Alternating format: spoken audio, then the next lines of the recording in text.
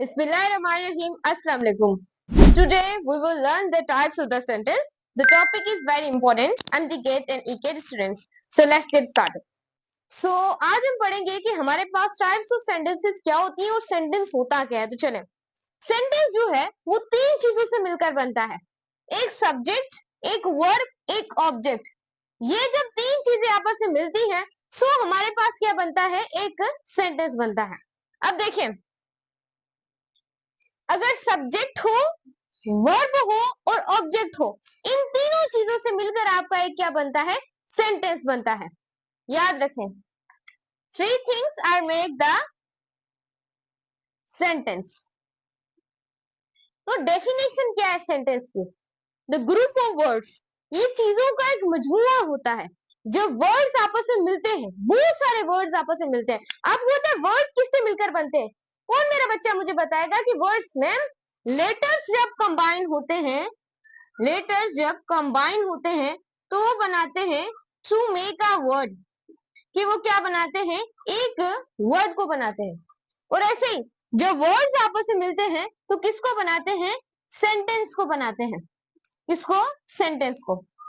अगर आपने सेंटेंस बनाना है तो सब्जेक्ट, वर्ब और ऑब्जेक्ट का होना बहुत जरूरी है, लेकिन सेंटेंस की भी कुछ चार रेगुलेशन है। अगर वो चार को फॉलो करता है तब वो एक क्या होगा, आप लोगों के पास सेंटेंस होगा। ये चीज आपने क्या करनी है, याद रखना है। अब सेंटेंस बनाने के लिए अगर उस सेंटेंस के अंदर ये चार चीजें हैं तो वो सेंटेंस है। अगर ये चार चीजें नहीं है तो याद रखिएगा वो सेंटेंस भी नहीं है। तो ये चार चीजों का होना बहुत लाजमी है, फिर ही हम कहेंगे कि ये एक क्या है, सेंटेंस है। पहली बात, सेंटेंस बनाने के लिए किसकी जरूरत होती है, मेरे बच्चों को पता है, वर्ड्स की।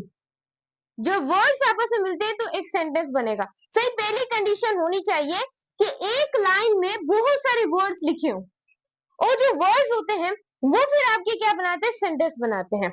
इतनी बात तुम्हें मोटा मोटा कॉन्सेप्ट क्लियर रखना है। उसके बाद कोई भी सेंटेंस हो, उसकी एक एग्जैक्ट अरेंजमेंट होनी चाहिए।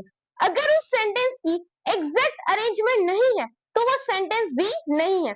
तो सेंटेंस की क्या होनी चाहिए, फिक्स अरेंजमेंट होनी चाहिए। ये चीज आपने याद रखें, बहुत इंपॉर्टेंट है। और वो सेंटेंस जो है उसकी एक मीनिंग होनी चाहिए। अगर किसी सेंटेंस के पास ये चीजें नहीं है तो हम ये सेंटेंस नहीं कह सकते। वर्ड से मिलकर बना होना चाहिए और सेंटेंस की एक प्रॉपर अरेंजमेंट होना चाहिए, और उसकी क्या होनी चाहिए, प्रॉपर मीनिंग होनी चाहिए। और जो सेंटेंस है वो एक प्रॉपर क्या देना चाहिए, उसे एक मैसेज। वो सेंटेंस आपको क्या देगा, एक प्रॉपर मैसेज देना चाहिए। और चौथी मोस्ट इंपॉर्टेंट चीज वो है कि उस सेंटेंस का एक स्टार्टिंग पॉइंट होना चाहिए और उसका एक एंडिंग पॉइंट होना चाहिए। तब कहेंगे कि ये हमारे पास क्या है, एक सेंटेंस है। अगर ये चार रूल किसी सेंटेंस के अंदर नहीं है तो वो सेंटेंस नहीं है। पहला, सेंटेंस को बनना चाहिए जो वर्ड्स आपस में मिले, और उस सेंटेंस की एक फिक्स अरेंजमेंट होना लाजमी है।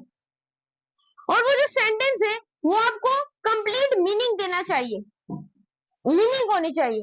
और वो सेंटेंस आपको कोई पैगाम दे, किसी के बारे में बताए, किसी के बारे में बताए, और उसका एक स्टार्टिंग पॉइंट होना चाहिए सेंटेंस का, और उस सेंटेंस का एक आप लोगों के पास क्या होना चाहिए, एक एंडिंग पॉइंट होना चाहिए। ये चार चीजें होंगी तभी आप कहेंगे कि दिस इज अ सेंटेंस। चलिए, अगर एक भी चीज इसको फॉलो नहीं करती तो याद रखिएगा ये सेंटेंस भी नहीं बनेगा। क्लियर है?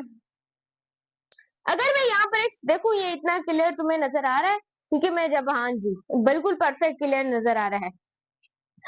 देखें यहाँ पर इसको मिटा देते हैं और क्लियरली तरीके से दे। मेरा डस्टर कहाँ गया है?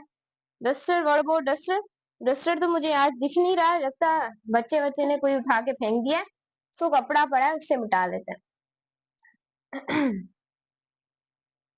सो देखिएगा, गौर से देखिएगा, चीजों को मिस मत कीजिएगा, सही है? जैसे कि मैं यहाँ पे लिखती हूँ,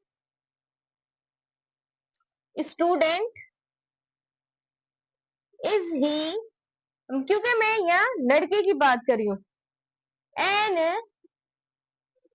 intelligent student is he intelligent, आपने याद रखना है कि जो स्टूडेंट है वो क्या है, इंटेलिजेंट है। Student is he an intelligent, वो एक इंटेलिजेंट स्टूडेंट है। क्लियर है। अब यहाँ पर आपने देखना है कि इस सेंटेंस का स्टार्टिंग और एंडिंग पॉइंट कोई नहीं है, यानी पहला कैपिटल लेटर होना चाहिए और दूसरा यहाँ पर कोमा का लगा होना चाहिए। सो अगर यहाँ पर देखें, यहाँ पर अगर स्टार्टिंग और एंडिंग पॉइंट ही नहीं है, शुरू में कैपिटल लेटर ही नहीं है, तो ये सेंटेंस इनकरेक्ट है। अगर हम इसका स्टार्टिंग और एंडिंग पॉइंट लिख दें और सेंटेंस की अरेंजमेंट को सही करें, तब ये एक सेंटेंस कहलाएगा। अगर मैं यहाँ पर लिखूं he is an intelligent student, अब ये क्या कहलाया, अब ये क्या है, एक कंप्लीट सेंटेंस है। इसकी सही अरेंजमेंट भी है और शुरुआत कैपिटल लेटर से हो रही है और इसका स्टार्टिंग पॉइंट भी बेस्ट है और एंडिंग पॉइंट में क्या लगा हुआ है, कोमा। इन चीजों को ध्यान में रखिएगा, क्योंकि जब सवाल आते हैं ना ऐसे सपोर्टिंग एरर वाले, तो बच्चा अक्सर वो सवाल को गलत करता है। ये चीज याद रखिएगा। प्रिपरेशन ऐसी होनी चाहिए कि कॉम्पिटिटर बैठे हो, आप क्वेश्चन सोल्व करे हो। बस देखें, आपकी अभी रीडिंग कॉम्प्रिहेंशन वाली वीडियो शायद आज या कल अपलोड हो जाएगी, इसके बाद या इससे पहले भी हो सकती है। उसको आप समझ आ जाएगा कि पैसेज को कैसे पहचानेंगे, उसी वक्त उसका राइट ऑप्शन कैसे पता करेंगे। क्लियर है। और रीडिंग कॉम्प्रिहेंशन में बच्चे यही देखते रहते हैं कि हम कहाँ से तैयारी करें, उनको चीजों की रिसोर्सेज नहीं मिलती, तो आपको मिल जाएंगी अगर जो मुझे फॉलो करें। अब देखें, अब लाइक सब्सक्राइब और वीडियो को अभी से शेयर करें, व्हाट्सएप चैनल को ज्वाइन करें, वहां पर इंपोर्टेंट नोट्स और पीडीएफ आप लोगों को मिलते रहते हैं। और फेसबुक पेज को लाजमी फॉलो कीजिए, टिकटॉक के ऊपर भी। He is an intelligent student, वो एक होशियार स्टूडेंट है। इसकी अरेंजमेंट भी है और ये वर्ड से मिलकर भी बना है, ये कंप्लीट मीनिंग भी दे रहा है। देखें, ये चार बातें इस पर सेटिस्फाई हो रही हैं। और चौथा चौथा क्या है, इसके स्टार्टिंग और एंडिंग पॉइंट भी है, तो ये कंप्लीट एक सेंटेंस है। अगर मैं ले जाती तुम्हें, मैं तुम्हें ये तीन चीजें बताकर अपने कॉन्सेप्ट है उसको तुम्हें सीरियसली बता देती, लेकिन मुझे लगता है जिन मैं स्टूडेंट्स को गाइड कर रही हूँ उन्हें इन चीजों की जरूरत है। क्योंकि अगर ऐसे सवाल सपोर्टिंग एरर में आ गए, आपको student is he an intelligent, आप ध्यान ही नहीं रखेंगे, आप बोलेंगे ये एक सेंटेंस है, क्योंकि वर्ड से मिलकर एक ही डेफिनेशन रटवाई हुई होती है। सो याद रखिएगा, उसकी एक फिक्स अरेंजमेंट हो, वर्ड से मिलकर तो बना ही है, इसमें कोई रगड़े नहीं है कॉन्सेप्ट तो। और तीसरे नंबर पे ये इसका स्टार्टिंग और एंडिंग पॉइंट होना चाहिए। सो यहाँ पर देखें, और फिक्स अरेंजमेंट, इसकी कोई अरेंजमेंट नहीं, लेकिन इसकी अरेंजमेंट देखें। ऐसे कॉन्सेप्ट्स को आपने क्या करना है, रगड़ा लगाना है। अब हमारे पास कुछ सेंटेंस की काइंड्स होती हैं, उनको ध्यान से समझेगा जो मेरे बच्चे देख रहे हैं। ध्यान से तुमने हर एक चीज को समझना है। पहला होता है हमारे पास बाय स्ट्रक्चर, और दूसरा होता है बाय, हमारे पास क्या होता है, बाय मेन, और तीसरा आप लोगों के पास होता है बाय क्लॉज। ये तीन तरह के आप लोगों के पास होते हैं। क्लियरली नजर आ रहा है, बिल्कुल क्लियरली नजर आ रहा है। और दूसरा जो होता है स्टूडेंट्स, आप इसे मीनिंग कर दे बाय मीनिंग। तीन तरह के आप लोगों के पास क्या होते हैं, सेंटेंस के काइंड्स होते हैं। देखिए, आपको simplified declarative sentence, optative exclamatory sentence, interrogative sentence, optative sentence, ये बढ़ा दिए जाते हैं। अक्सर कॉन्सेप्ट का पता है नहीं है भाई, तुम एमडीकेट का टेस्ट कैसे दोगे। तुम्हें टाइप्स ऑफ सेंटेंस उन्होंने पीएनडी से साफ साफ लिखा हुआ है कि वो तुम्हें सारे पता होने चाहिए। टाइप्स के अंदर काइंड्स भी पता होने चाहिए। एमसीक्यूज आ सकता है, what about the kinds of the sentence, तो क्या तुम बोलोगे 4 5 या कोई 2 पे टिक लगाएगा। सही तो उनको पता ही नहीं है कि by structure, by meaning, by clauses. मुझसे रिक्वेस्ट की गई तभी मैं इंग्लिश पढ़ा रही हूँ, क्योंकि मेरी हर सब्जेक्ट में बहुत ग्रिप हासिल है, मुझे काफी बार मैंने इसको पढ़ा हुआ है। अब यहाँ पर देखें, बाय स्ट्रक्चर के तौर पर कितने होते हैं, 6। बाय मीनिंग के तौर पर 5, बाय क्लॉजेस के तौर पर 4। क्लॉजेस का पता है आपको? हाँ जी, इस पर चर्चा हम करेंगे जो इंपॉर्टेंट होगा। By structure 6, by meaning 5 and by clauses 4। Clear है मेरे बच्चे? अब सेंटेंस, क्लोज और फ्रेज का डिफरेंस देख लेते हैं। अक्सर स्टूडेंट्स को इतने बड़े हो जाते हैं, फ्रेज का इल्म नहीं होता, बिल्कुल भी फ्रेज नहीं जानते वो। तो चले हम इस इल्म को देख लेते हैं, ध्यान में आप लोगों ने रखना है। तो चले स्टूडेंट्स, देख रहे हैं ना आप लोग? मैं पूछती हूँ ना, देख रहे हैं? तो काफी बच्चे मुझे कमेंट करते हैं कि मैम हम देख ही रहे हैं। मैं आपकी कंसंट्रेशन, ताकि आपको समझ आ सके, आपको माइंड के हम पढ़ रहे हैं, दूसरी चीजों की तरफ ना जाए, मैं इस वजह से पूछती हूँ। ये भी एक तरह की स्टूडेंट स्ट्रेटेजी है, जो कि अक्सर टीचर को स्टूडेंट के साथ अप्लाई, वरना स्टूडेंट बोर हो जाता है लेक्चर में। सो याद रखें, क्योंकि इसमें ये थोड़े हार्ड कॉन्सेप्ट्स हैं और थोड़ी सी आपको कंसंट्रेशन देने की टॉपिक के ऊपर नीड होती है। सही है। अब हम पढ़ेंगे सेंटेंस डिफरेंस, उसके बाद हम डिफरेंस देखेंगे इसका क्लॉज, और हम देखेंगे फ्रेज के साथ। इसके बाद ये तीनों चीजें आपको क्लियर हो जाएंगी। याद रखिएगा, सेंटेंस भी किससे मिलकर बनता है? वर्ड से मिलकर बनता है पहला। क्लॉज भी किससे मिलकर बनता है? वर्ड से मिलकर बनता है। फ्रेज भी किससे मिलकर बनता है? वर्ड से मिलकर बनता है। लेकिन डिफरेंस क्या होता है? डिफरेंस की तो बात ही बच्चों होती है, डिफरेंस का पता नहीं होता। तो मैं किस लिए आई हूँ यहाँ पर? खड़े होने के लिए आई हूँ। किस लिए आई हूँ? पढ़ाने के लिए, ताकि तुम्हारे कॉन्सेप्ट्स बिल्ड हो जाए और तुम रगड़ा लगाओ। कैसे हो तुम देखते जाओ। सेंटेंस के अंदर जो सब्जेक्ट वर्ब होता है और बाकी जो सेंटेंस का हिस्सा होता है उसे सिंप्लीफाइड प्रेडिकेट कहते हैं। ये नर्सरी सॉरी ये 1 2 3 5 8 तक का कॉन्सेप्ट है कि आपको कोई भी सब्जेक्ट होता है जो बात हो रही होती है जिसकी, और उसके बाद जिस पर असर पड़ता है वो ऑब्जेक्ट होता है। बाकी जो सब्जेक्ट के बाद वाला जितना भी हिस्सा होता है उसे आप लोग क्या बोलते हैं? प्रेडिकेट। सब्जेक्ट के बाद वाला जितना भी खाली हिस्सा होता है उसे आप प्रेडिकेट कहते हैं। रगड़ा लगाया नहीं मैम, क्लियर हो गया। अब क्लोज किससे मिलकर बनते हैं? ये भी सब्जेक्ट वर्ब और ऑब्जेक्ट से मिलकर बनते हैं। क्लियर है? तो हम सिंपलीफाई ऑब्जेक्ट वाले हिस्से को प्रेडिकेट भी कह सकते हैं। तो यहाँ पर भी सब्जेक्ट वर्ब और प्रेडिकेट होता है।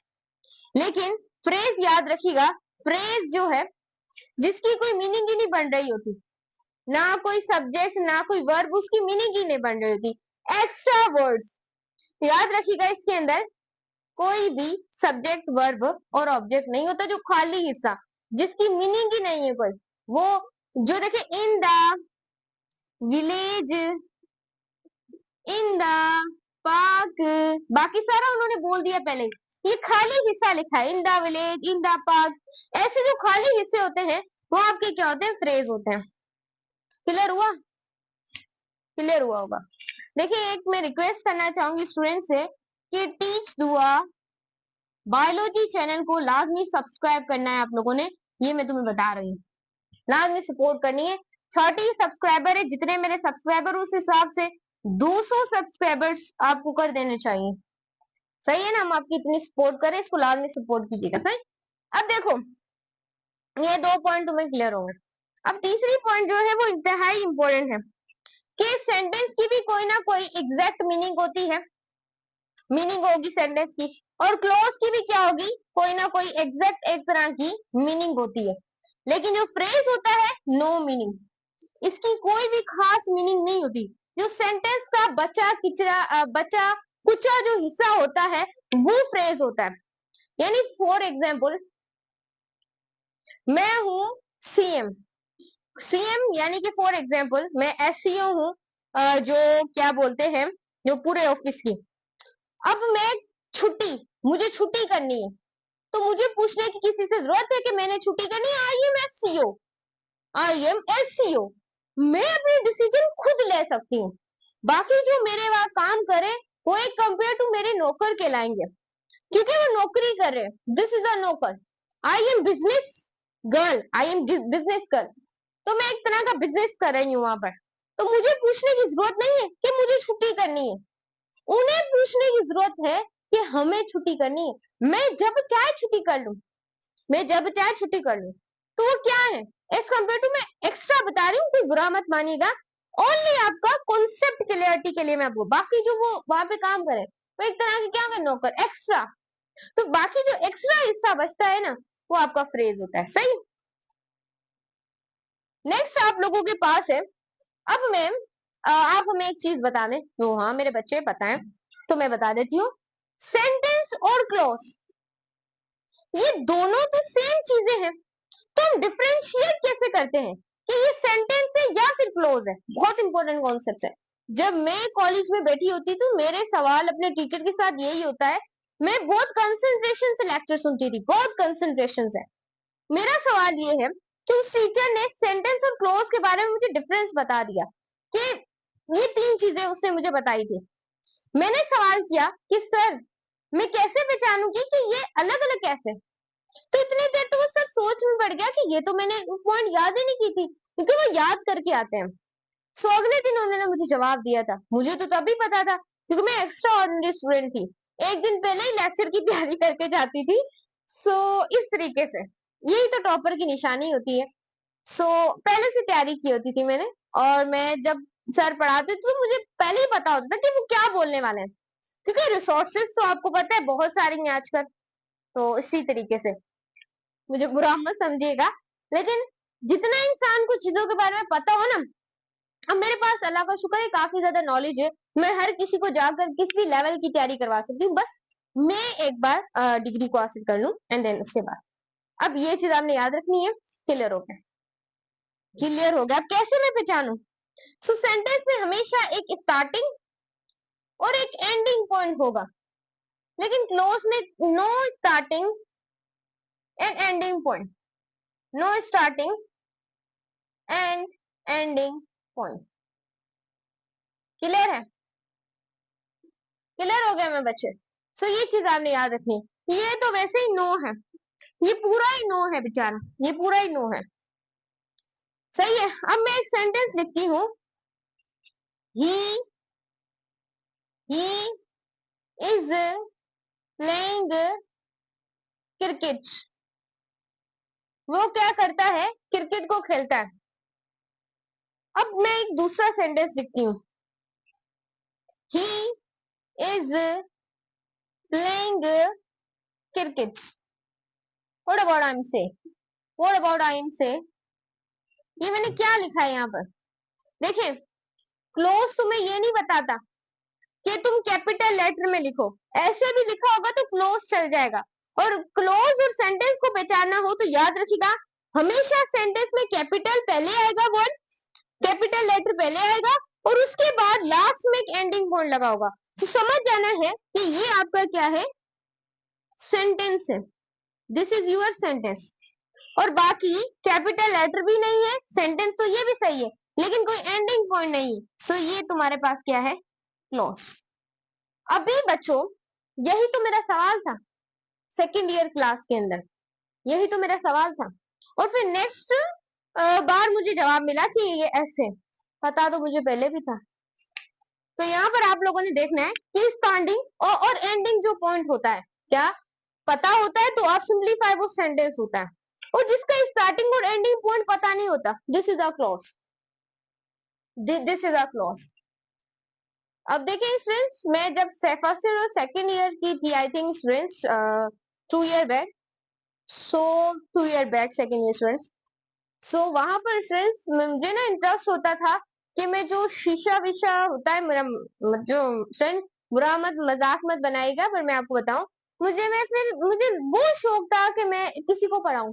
And then my mother is advising me कि हम तो इतने एजुकेटेड नहीं है, फिर भी तुम्हारा पढ़ा हुआ हमें समझ आ रहा है, हमारे पास बहुत चीजें हैं, तुम लोगों को बताओ, एक्सप्लेन करो, ताकि जो पढ़ नहीं सकते, क्योंकि I can follow many many academies and then I can trying to MDCAT preparation and that 1 year back.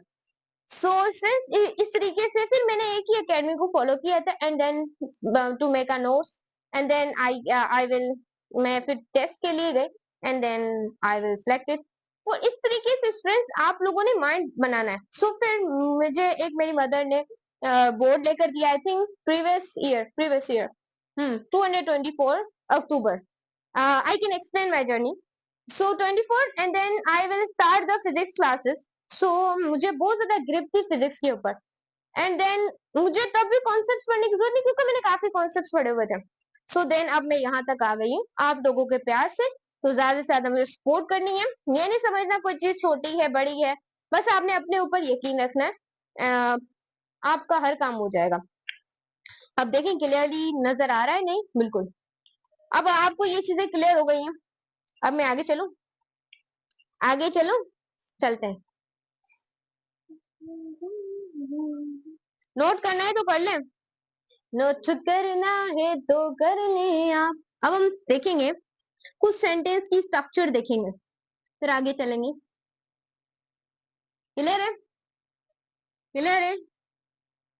Clear? सही है? चलो चलो, अब मैं तुम्हें बताती हूँ स्ट्रक्चर ऑफ सेंटेंस।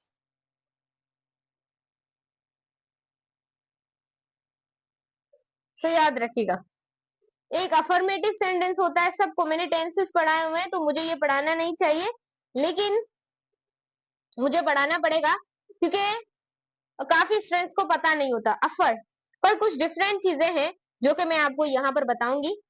और सेकंड जो सेंटेंस होता है वो होता है नेगेटिव, और थर्ड जो सेंटेंस होता है वो होता है इंट्रोगेटिव।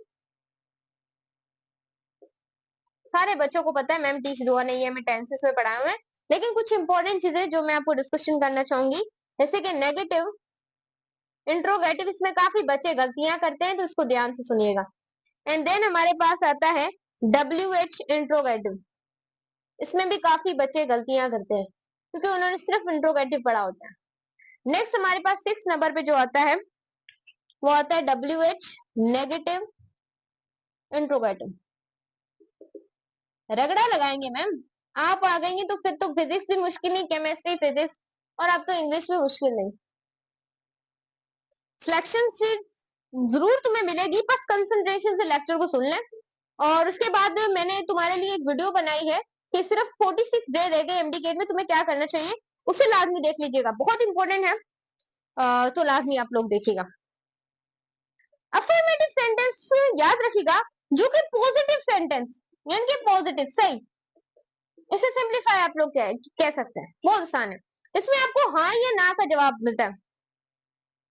मुझे घर जाना है, मैं मेरी दोस्त पूछी क्या तुम्हें आज घर जाना है, हाँ जी आज मुझे मेरे घर जाना है, मुझे यूनिवर्सिटी से आज मेरे घर जाना है। सो मैंने उसे हाँ में जवाब दे दिया। अब अगर वो पूछ रही है तुमने आज यूनिवर्सिटी से घर जाना है, मैं बोलती हूँ नहीं आज मैं नहीं जा रही, तो जवाब यहाँ हाँ का होता है या फिर जवाब ना का होता है। सो दो तरह की तरीके से हम सवाल जवाब को देते हैं। क्लियर हो गया?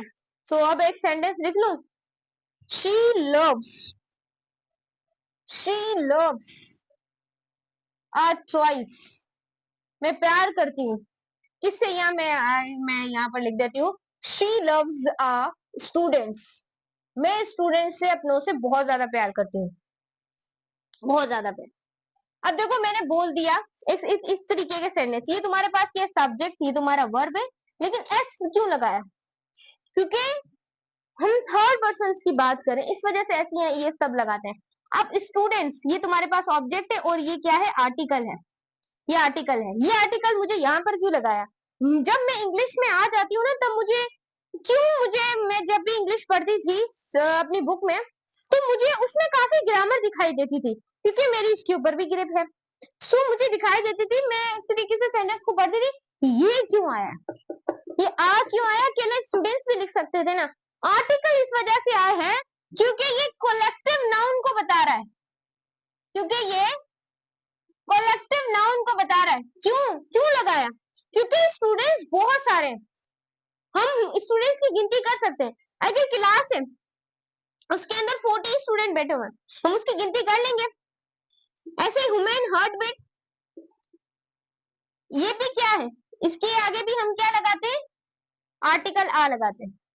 सो ये क्या बताता है, कोलेक्टिव नाउन्स को बताता है कि ये चीजें क्या कोलेक्ट है, इस वजह से यहाँ पर ए आर्टिकल लग गया। क्लियर है? तो ये तुम्हारा, कि मैं बहुत प्यार करती हूँ अपने स्टूडेंट से, सो ये तुम्हारा अफर्मेटिव सेंस है। अब तुम इसे नेगेटिव कैसे करोगे, शी, इसे सिंप्लीफाई अब तुम कोई भी ला सकते हो, कुछ भी यहाँ पर ले आओ। अब मैं यहाँ पर लिखती हूँ, she is not loves loves students, मैं अपने स्टूडेंट से प्यार नहीं करती, मैं नाराज हो गई हूँ अपने स्टूडेंट से, बहुत नाराज हो गई हूँ। अब बात का मुझे नहीं पता, सही। तो यहाँ पर मैंने क्या लगा दिया, नोट, क्योंकि हेल्पिंग वर्ब के बाद आप क्या लगाते हैं, नोट। अब अपने अफर्मेटिव्स में पढ़ाओ। तो मैंने ऐसे सेंटेंस बनाए आप लोगों को समझाने के, बाकी तो मैं आपको पता है। अब क्या करेंगे, जब इंट्रोगेटिव तुम्हें बनाना होगा तो सिंपल, हेल्पिंग वर्ब को तो पहले ले आओगे, इज शी लव्स स्टूडेंट।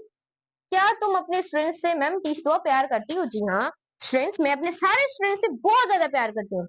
अब यहाँ पर मैं क्या ले, सॉरी स्टूडेंट्स बहुत ज्यादा है, तो यहाँ पर हम क्या लगाएंगे, आर लगाएंगे, आर शी लव्स स्टूडेंट। क्या तुम अपने बच्चों से प्यार करती हो, बिल्कुल बहुत प्यार करती हूँ, क्योंकि बहुत ज्यादा पढ़ते हैं। अब नेगेटिव इंट्रोगेटिव क्या करना है मुझे अब क्या सोना है यहाँ पे, बिल्कुल भी नहीं, इंट्रोगेटिव नेगेटिव है।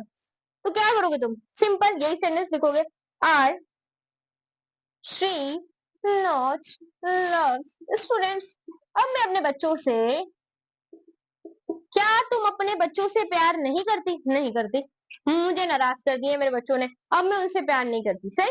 उसके बाद है WH इंट्रोगेटिव।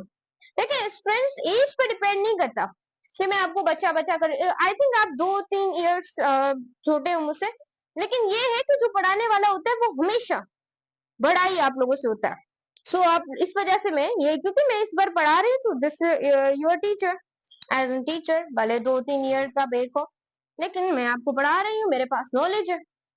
अब WH फैमिली, अब WH इंट्रोगेटिव, अब मैं यहाँ विच लगा दूं, विच लगा दूं, वाई लगा दें, वेयर लगा दें, हु लगा दें, हाउ लगा दें, कुछ भी लगा दें, ये होते हैं WH इंट्रोगेटिव वाले सवाल के। यहाँ पर आप कोई भी WH फैमिली लगा सकते हैं। क्लियर है मेरे बच्चे, क्लियर है। Why is no she written, यहाँ आप सिंप्लीफाई लगा देते, वाई इज नोट, सॉरी ये फिर हमारा नेगेटिव में चला जाएगा ना, तो सिंपल हम लगा देते हैं वाई, क्योंकि हम बात कर रहे हैं WH interrogative, why she loves students. अब आप यहाँ पर चाहें तो कोई लगा सकते हैं, शी और लव्स स्टूडेंट्स, सिंपल आप लगा सकते हैं WH फैमिली के साथ। मैंने यहाँ आर बार कुछ नहीं लगाया, सिर्फ समझाने के लिए, सही। उसके बाद है WH नेगेटिव इंट्रोगेटिव, इसमें तुम सबसे पहले WH फैमिली लगाओगे, why she are not loves students, सही है मैं बच्चे। अब यहाँ पर सिंपल इंट्रोगेटिव है, तो तुमने लास्ट में सवाल लगाना है इस तरीके के सेंटेंस से, और कोई बात नहीं है, मोटा मोटा कॉन्सेप्ट है, मोटा मोटा कॉन्सेप्ट, कोई बड़ी बात नहीं है, इंग्लिश बहुत आसान है। आप फिजिक्स केमिस्ट्री बायोलॉजी के अलग अलग कॉन्सेप्ट पढ़ते हैं, लेकिन ये है कि जिसने टेंसेस पढ़ लिए, मेरी वीडियो देख ली है, एक्टिव पैसिव पढ़ लिए, डायरेक्ट इनडायरेक्ट पढ़ लिए, तो इंग्लिश मुश्किल नहीं है, बिल्कुल भी मुश्किल नहीं रही तुम्हारे लिए, क्योंकि वही चीजें हैं लेकिन कुछ अलग तरीके से, बस कुछ अलग तरीके से तुमने इन्हें पढ़ना, सही है। लाइक सब्सक्राइब और शेयर के बटन को दबा के नीला पीला लाल करें, जल्दी करें, तो आगे चलते हैं। ये स्ट्रक्चर को तुमने देख लिया है, किन किन मेरे बच्चों ने समझ लिया, अच्छे तरीके से समझ आ रहा है तो लिखे यस मैम, आपने बहुत अच्छा समझाया है, तो मैं बोल रही हूँ बहुत अच्छा समझाया है। तो ये हमारा एक टॉपिक आने वाला है जिसका नाम है एडजेक्टिव, जहां पर हम मसाले वसाले लगाते हैं और तारीफ करते हैं, मसालों वाला टॉपिक भी आएगा इंशाल्लाह। मैंने बोला पहले कॉन्सेप्चुअल टॉपिक्स को कवर कर लिया जाए, फिर एडजेक्टिव एडवर्ब वो तो तुम्हें आते ही होंगे। काइंड्स ऑफ सेंटेंस, ये तो मैम रगड़ा है आपने, डायरेक्ट इनडायरेक्ट में भी आप इसका जिक्र किया था, लेकिन थोड़ा सा यहाँ पर कॉन्सेप्चुअल है। पहला है डिक्लेरेटिव सेंटेंस, डिक्लेरेटिव सेंटेंस, और दूसरा आप लोगों के पास होता है इंपेरेटिव सेंटेंस, इंपेरेटिव सेंटेंस, और थर्ड तुम्हारे पास होता है, इसको तुम कहते हो एक्सक्लेमेंट्री सेंटेंस, एक्सक्लेमेंट्री सेंटेंस। चौथा तुम्हारे पास होता है ऑप्टेटिव सेंटेंस। ये बहुत आसान है बच्चों, ये मेरा फेवरेट टॉपिक है, आपको पता है, ये मेरा आई थिंक 8 से 10 तक ये मेरा फेवरेट रह चुका है, उसके बाद 11 से 12 में तो मैं मुझे ये रगड़े थे टॉपिक, बहुत आसान है। अब देखें declarative sentence. What about declarative sentence? इसको सिंप्लीफाई आप दूसरा अफर्मेटिव सेंटेंस भी कहते हैं। सॉरी, बिल्कुल अफर्मेटिव सेंटेंस भी हम लोग इसे कहेंगे। इसमें हम हाँ या ना की स्ट्रेस क्या देते हैं, जवाब का देते रहते हैं। यहाँ पर भी यही सेम है, अफर्मेटिव, डिक्लेरेटिव, पॉजिटिव, जो भी आप लोग उसे कह रहे हैं। इसे सिंप्लीफाई आप लोग कहते हैं असर्टिव। असर्टिव सेंटेंस भी आप लोग इसे कह सकते हैं। सो यहाँ पर देखिएगा, अब नामों की तरफ नहीं जाते, सिंपल आपने ये चार ही याद रखने हैं। यहाँ डिक्लेरेटिव सेंटेंस। अब ये जो डिक्लेरेटिव सेंटेंस होता है इसमें क्या करते हैं? कोई मुझे बताएगा इसमें हम क्या करते हैं? इसमें हम बताते हैं यूनिवर्सल ट्रुथ के बारे में, यानी कड़वी सच्चाई, दुनिया की कड़वी और सच्ची सच्चाई, यूनिवर्सल ट्रुथ। इसमें हम कड़वी सच्चाई, अगर अगर अगर सुबह सूरज आएगा तो ये रोशनी ही देगा ना, या मेरे ऊपर आके गिर जाएगा कि मैं एमटी दुआ के ऊपर गिर जाता हूँ, ऐसे तो नहीं गिरेगा ना, मैं कहाँ बचूंगी। सूरज तुम्हें पता है, ये कड़वी सच्चाई है, दुनिया में हर जगह पता है कि सुबह को सूरज निकलेगा और रात को चांद आएगा, कड़वी सच्चाई है। अगर तुम आग को हाथ लगाओगे तो तुम्हारा हाथ जलेगा नहीं, ये यूनिवर्सल ट्रुथ है, सबको पता है कि अगर तुम आग को हाथ लगाते हो तुम्हारा हाथ जल जाता है। अगर फॉर एग्जाम्पल मेरा ना दिमाग ना कभी कभी घूम जाता है, कभी कभी घूम जाता है, मेरा दिमाग कभी कभी घूम जाता है। अब इसमें जाके मैंने हाथ लगा लिया आग को, क्या मेरा हाथ जलेगा नहीं? फिर मैं चीखे मारूंगी। ऐसे नहीं, कड़वी सच्चाई है दुनिया की, बिल्कुल कड़वी सच्चाई, यूनिवर्सल। अगर मुझे प्यास लगती है तो मैं पानी पीती हूँ। ये मैं कंडीशनल में बातें कर रही हूँ, लेकिन ये अप्लाई इस पर भी हो रही है, क्योंकि कंडीशनल में भी आप क्या बताते हैं? दुनिया की कड़वी सच्चाई बताते हैं। यूनिवर्सल, अगर मुझे पानी, अगर अगर मुझे प्यास लगती है तो मैं पानी पीती हूँ या पानी की बोतलें खाली करती हूँ? खाली कर दूंगी अगर मुझे ज्यादा प्यास लगी हुई तो। उसके बाद आप इसे इंफॉर्मेशन में भी इस्तेमाल करते हैं, किसी को सही से इंफॉर्मेशन देना इसमें भी, और आप इसे डेटा में भी इस्तेमाल करते हैं, और किसी को जब मैसेज देना होता है तब भी आप किसका इस्तेमाल करते हैं? डिक्लेरेटिव सेंटेंस का।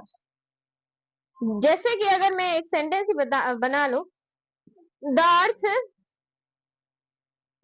रिवॉल्व्स अराउंड द सन, कि जो अर्थ है वो रिवॉल्व करती है किसके गिर्द? सन के गिर्द रिवॉल्व करती है। कौन रिवॉल्व करती है? तुम्हारी प्यारी प्यारी अर्थ। किसके गिर्द रिवॉल्व करती है? सन के गिर्द रिवॉल्व करती है। क्लियर है? कॉन्सेप्ट में क्लियरिटी होनी चाहिए, कॉन्सेप्ट में बिल्कुल क्लियरिटी होनी चाहिए। उसके बाद है इंपेरेटिव सेंटेंस, जहां पर तुम ऑर्डर्स देते हो, किसी से रिक्वेस्ट करते हो, किसी को सजेशन देते हो, किसी को ऑब्लिगेशन देते हो, ऑब्लिगेट करते हो, सही। सो ये चीजें तुम लोग करते हो, ये सारी चीजें, ये चार चीजें तुम, ऑर्डर, रिक्वेस्ट, सजेशन, ऑब्लिगेशन, ये सारी चार चीजें तुम क्या करते हो? इंपेरेटिव। ऐसे कि मैं ऑर्डर में क्या बोलूंगी? Close the door, Ahana close the door. Ahana को मैंने क्या दिया? अभी ऑर्डर दिया, Aryaman please close the window. यहाँ पर मैंने आर्यमन को क्या किया? आर्यमन को यहाँ पर मैंने रिक्वेस्ट की, please please close the door Aryaman, please close the door. यहाँ पर मैंने रिक्वेस्ट करी। अब सजेशन दे रही हूँ, आर्यमन या आहाना, दिस इज नागिन ड्रामा, नागिन 7, कुछ किसने देखा है मुझे लाजमी बताइएगा। सो ये उनके ही नाम थे। फॉर एग्जाम्पल अब मैं बोलती हूँ, Aahil, Aahil I will suggest you, you make a notes, कि तुम नोट्स बनाओ। यहाँ पर मैं उसे सजेशन दे रही हूँ, अब उसे मानना हुआ तो वो मानेगा, नहीं तो वो बाढ़ में जाएगा। तो इस तरीके से उसकी मर्जी है। अब जितने मर्जी तुम यहाँ पे, मैं खड़ी खड़ी हजारों सेंटेंस बना सकती हूँ, इतनी गिरफ्त तुम्हें होनी चाहिए, हजारों सेंटेंस बना सको। अब मैं लिखूंगी, काफी टाइम लग जाएगा, अब तुम्हें मैंने सब बता दिए। उसके बाद है एक्सक्लेमेटरी, जिसमें क्या होता है?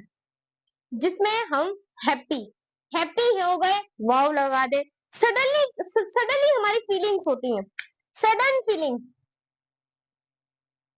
Sudden feeling. फीलिंग तो बहुत सारी होती है, गर्ल्स की भी बॉयज की भी बहुत सारी फीलिंग्स होती हैं। ऐसे कि कभी कभी बहुत खुशी हो जाती है और कभी कभी हमें बहुत ज्यादा गम हो जाता है, हैप्पीनेस। कभी हम बहुत ज्यादा खुश होते हैं और कभी हम बहुत ज्यादा ना ये होता है कि कभी हमें गुस्सा भी आ जाता है, हम रोने भी लग जाते हैं, हम दुखी भी हो जाते हैं। तो ये जितनी भी फीलिंग होती है एक्सक्लेमेटरी सेंटेंस जिसे आप इससे शो करते हैं। सही है, ये चीज आपने याद रखी, बहुत आसान सेंटेंस है। जैसे कि फॉर हुर्रे, इस तरीके से हम लगा दें, वी वॉन द मैच, हम जीत गए, किसको जीत गए? मैच को। तो ये बहुत ज्यादा हैप्पीनेस वाली कंडीशन है। वाओ वाओ, मैम टीच दुआ, यू मैम टीच दुआ, you are very amazing teacher. Ma'am teach Dua, आप तो बहुत ज्यादा अमेजिंग टीचर हैं, सच में। अब देखिए यहाँ पर क्या हुआ, मैंने तारीफ कर दी, आप लोगों ने मेरी तारीफ कर दी कि मैम टीच दुआ, you are very amazing teacher. So आपने क्या कर दिया? एक्सक्लेमेटरी सेंटेंस को लगा दिया, बहुत तारीफ कर दी खुशी में। क्लियर है मेरे बच्चे? ये चीज आपने क्या करनी है? याद रखनी है। ऐसे कि अलास हो, अलास। सो ये भी आप लोगों के क्या लगाते हैं? Exclamatory sentence. उसके बाद देखो वीडियो चल रही है नहीं, बनाने का फायदा है नहीं मेरे बच्चों को। अब है ऑप्टेटिव सेंटेंस। ऑप्टेटिव में तुम दुआएं देते हो, मेरी दुआएं, मैं तुम्हें दुआ देती हूँ। जितने भी मेरे बच्चे आज मेरी वीडियो को देख रहे हैं, मुझे एम्प्टी गेट देने के बाद एक ही कमेंट करेंगे, मैं सच बता रही हूँ मैम, आपने हमें सीट दिलवा दी है, thank you ma'am, thank you so much ma'am, आप मुझे ये दुआ देंगे। तो यहाँ पर आप क्या दे रहे हैं कि मैम आपने हमें क्लियर करा दिया। अब मैं आपको यहाँ पर दुआ दे रही हूँ, मैं आप लोगों को best of luck, best of luck my students, you won your seat. तुम लोग सब क्या कर लोगे सीट को। मेरी दुआ है कि हमेशा हम दुआ देते तो मैं ही लगाते, मैं यू वॉन आर सक्सेस, कि तुम सक्सेस को जीत लोगे। मेरे सारे बच्चे जितने जितने मुझसे पढ़े, जरूर जरूर जरूर आप सीट को जीत लेंगे। अब काफी ज्यादा बच्चे मुझे फिजिक्स में भी कमेंट करें, एक चैप्टर है जिसका नाम है फोर्स एंड मोशन। अगर वो वीडियो देख रहे हैं तो मैं आपको एक सही बात बताऊं, मैंने जितने भी कॉन्सेप्ट पढ़ाए according to your PMDC syllabus, जितने भी डिटेल और जितने भी कॉन्सेप्ट है मैंने उस हिसाब से आपको क्लियरिटी में पढ़ाया। तो अब ये मत बोलें कि मैम आप मैंने थोड़ा हार्ड पढ़ाए, बच्चों हार्ड पढ़ाने से होगा क्या? आपके कॉन्सेप्ट्स आपको जो अच्छे हैं वो भी भूल जाएंगे। इस वजह से मैंने सारी क्लैरिटी हार्ड और जो आसान कॉन्सेप्ट है मॉडरेट मैंने किया हुआ है, सारे बच्चे समझ सके। उसके बाद ये तो तुम्हें क्लियर है। अब आई थिंक मुझे और बताने की जरूरत नहीं है। अब हम सिंप्लीफाई देख लेते हैं कि टाइप्स ऑफ द सेंटेंस कितने होते हैं। सो 4 तरह के आप लोगों के पास होते हैं, तो मैं तुम्हें यहाँ पर बता देती हूँ। बच्चों मैं तुम्हें एक चीज बताऊं जो सच बात है, अब ये जो 9 मार्क्स है ना, 9 मार्क्स, ये तुम्हारा पूरा फ्यूचर डिसाइड करते हैं, पूरा फ्यूचर डिसाइड। बायोलॉजी को तो सेम बुक में से उठा के लाइंस दे दी जाती हैं। हाँ, बायोलॉजी को सारे स्टूडेंट आसान समझते हैं, भाई तुम्हारी तैयारी ऐसी हो कि फिर तुम आसान समझो। अक्सर मैंने एमडी के एक्सपर्टीज को देखा है कि जो टॉप करते हैं, हमारी तैयारी नहीं है, मैं भी ऐसे ही कहती हूँ, हमारी तैयारी नहीं है, बल्कि जब हम टेस्ट दे के आते हैं तो हमने टॉप किया होता है, क्योंकि वो अपने माइंड को ना इस तरीके से ट्रीट करे होते लोगों के हिसाब से। अगर वो लोगों को बता दे मेरी तैयारी है तो वो कभी सक्सेस नहीं हो सकता। बाद में अपने दिल में बोलते रहो कि मुझे जीतना है तो तुम जीत जाओगे। अब टाइप्स ऑफ द सेंटेंस के अंदर पहला हम पढ़ते हैं सिंपल सेंटेंस। Simple sentence. अब सिंपल सेंटेंस क्या होता है? सिंपल सेंटेंस में याद रखिएगा एक ही क्लॉज, इसके अंदर एक ही क्लॉज हो, वो आपका क्या है? सिंपल सेंटेंस है। ऐसे कि शी इज वेरी ब्यूटीफुल, कि तुम बहुत खूबसूरत हो, तुम बहुत ज्यादा खूबसूरत हो। शी इज वेरी ब्यूटीफुल, वो बहुत ज्यादा खूबसूरत है। शी इज वेरी लकी, वो बहुत ज्यादा खुशकिस्मत है, बहुत ज्यादा खुशकिस्मत। शी इज वेरी गुड, वो बहुत गुड है, बहुत गुड है, वेरी गुड है, बहुत गुड है। सो जिसके अंदर सिर्फ एक क्लोज हो, जिसे दूसरे की जरूरत ना हो, ये अपने आप में क्या है? कंप्लीट है। इसे किसी दूसरे की जरूरत है नहीं, बिल्कुल भी नहीं है, बिल्कुल भी नहीं है। शी इज वेरी ब्यूटीफुल, वो खूबसूरत है। क्या मैं आगे लिखूं उसकी गालें पिंक है, वो बहुत ज्यादा खूबसूरत लड़की है, क्या मैं ऐसे लिखूं? बिल्कुल भी नहीं, क्योंकि अपने आप में कंप्लीट मीनिंग दे रहा है। तो एक ही क्लोज होगा, ये आपका क्या होगा? सिंपल सेंटेंस होगा। इसके अंदर क्या है? सिर्फ एक ही क्लोज है और वो अपने आप में क्या दे रहा है? एक कंप्लीट मीनिंग दे रहा है। अपने आप में एक कंप्लीट मीनिंग दे रहा है, उसे किसी दूसरे के साथ जुड़ने की कोई जरूरत नहीं है, वो अपने आप में ही क्या है, कंप्लीट है। क्लियर है? सो ये तुम्हारे पास क्या होता है, सिंपल सेंटेंस। मिटा दूं, मिटा दूं, मिटा दिया। क्लियर है? तो दिस इज योर अब क्लॉज जो कि सब्जेक्ट वर्ब ऑब्जेक्ट से मिलकर बने। नेक्स्ट तुम्हारे पास होता है, इसको तुम कहते हो सिंपल कंपाउंड सेंटेंस। सही? तो ये तुम्हारे पास क्या होता है, कंपाउंड सेंटेंस होता है। सो क्लियरली तरीके से तुमने देखना है, कॉम्प्लेक्स को भी सबसे पहले हम कॉम्प्लेक्स पढ़ लेते हैं। कॉम्प्लेक्स, कॉम्प्लेक्स, और देन आप लोगों के पास क्या होता है, कंपाउंड सेंटेंस। बिल्कुल क्लियरिटी थी, लाइट चली गई थी ना मेरे बच्चे। अब एक होता है कंपाउंड सेंटेंस और दूसरा कॉम्प्लेक्स सेंटेंस, और चौथा आप लोगों के पास होता है कंपाउंड कॉम्प्लेक्स सेंटेंस। ये चार तरह के आप लोगों के पास सेंटेंस होते हैं। इसके अंदर एक क्लोज हो, वो है सिंपल सेंटेंस। इसके अंदर बच्चों याद रखिएगा, कॉम्प्लेक्स सेंटेंस के अंदर क्या होते हैं, आप लोगों के पास दो क्लॉजेज होते हैं। कितने क्लॉजेज होते हैं, दो क्लॉजेज होते हैं। क्लियर? इसके अंदर एक होता है इंडिपेंडेंट क्लॉज, जो किसी पे डिपेंड नहीं करता, और दूसरा इसके अंदर क्या होता है, डिपेंडेंट क्लॉज, जो कि किसी दूसरा सेंटेंस आएगा तब वो अपने आप में एक कंप्लीट मीनिंग देगा। उसके बाद होता है कंपाउंड सेंटेंस, पहले बता देती हूँ फिर सेंटेंस को देखते हैं। उसके बाद है कंपाउंड सेंटेंस। कंपाउंड सेंटेंस के अंदर भी कितने क्लॉजेज होते हैं, दो क्लॉजेज होते हैं, और दोनों ही अपने आप में पूरी मीनिंग दे रहे होते हैं, पूरी मीनिंग। यानी कि पहला भी इंडिपेंडेंट होता है और दूसरा भी क्या होता है, इंडिपेंडेंट होता है, यानी कि अपने आप में पूरे हैं, पूरी मीनिंग देंगे। उसके बाद है कंपाउंड कॉम्प्लेक्स। इसके अंदर थ्री क्लॉजेस होते हैं, थ्री क्लॉजेस, दो इंडिपेंडेंट होते हैं, और याद रखिएगा एक क्या होता है, डिपेंडेंट होता है। क्लियर है? क्लियर है? बताएं मुझे। Clarity, very clarity ma'am, very clarity. अब देखो, अब हमारे पास है कॉम्प्लेक्स सेंटेंस जो जिसके अंदर दो क्लॉजेज हैं, एक इंडिपेंडेंट होना चाहिए और एक डिपेंडेंट। पहले हम डिपेंडेंट क्लॉज लिख देते हैं। शी इज नोटी, वो क्या है, नोटी गर्ल है। वो एक क्या है, बदतमीज एक गंदी लड़की है। लेकिन वो गंदी लड़की क्यों है, वो हमें बताना पड़ेगा। एक इंडिपेंडेंट क्लॉज है, क्यों गंदी लड़की है, क्योंकि क्योंकि she eat a bad things, क्योंकि वो गंदी चीजों को खाती है। अब सेंटेंस पूरा हो गया। ये अपनी तरफ से मैं बता रही हूँ ताकि आपको क्लियर हो जाए। वो एक गंदी लड़की, एक नोटी लड़की है, लेकिन क्यों, क्योंकि वो गंदी चीजों को खाती है। सही है? सो इस तरीके से आप जितने मर्जी बना सकते हैं। अब कंपाउंड सेंटेंस में दोनों ही क्या होने चाहिए, जैसे कि she is successful person, successful person, वो एक क्या है, सक्सेसफुल पर्सन है। ये भी एक इंडिपेंडेंट क्लॉज है।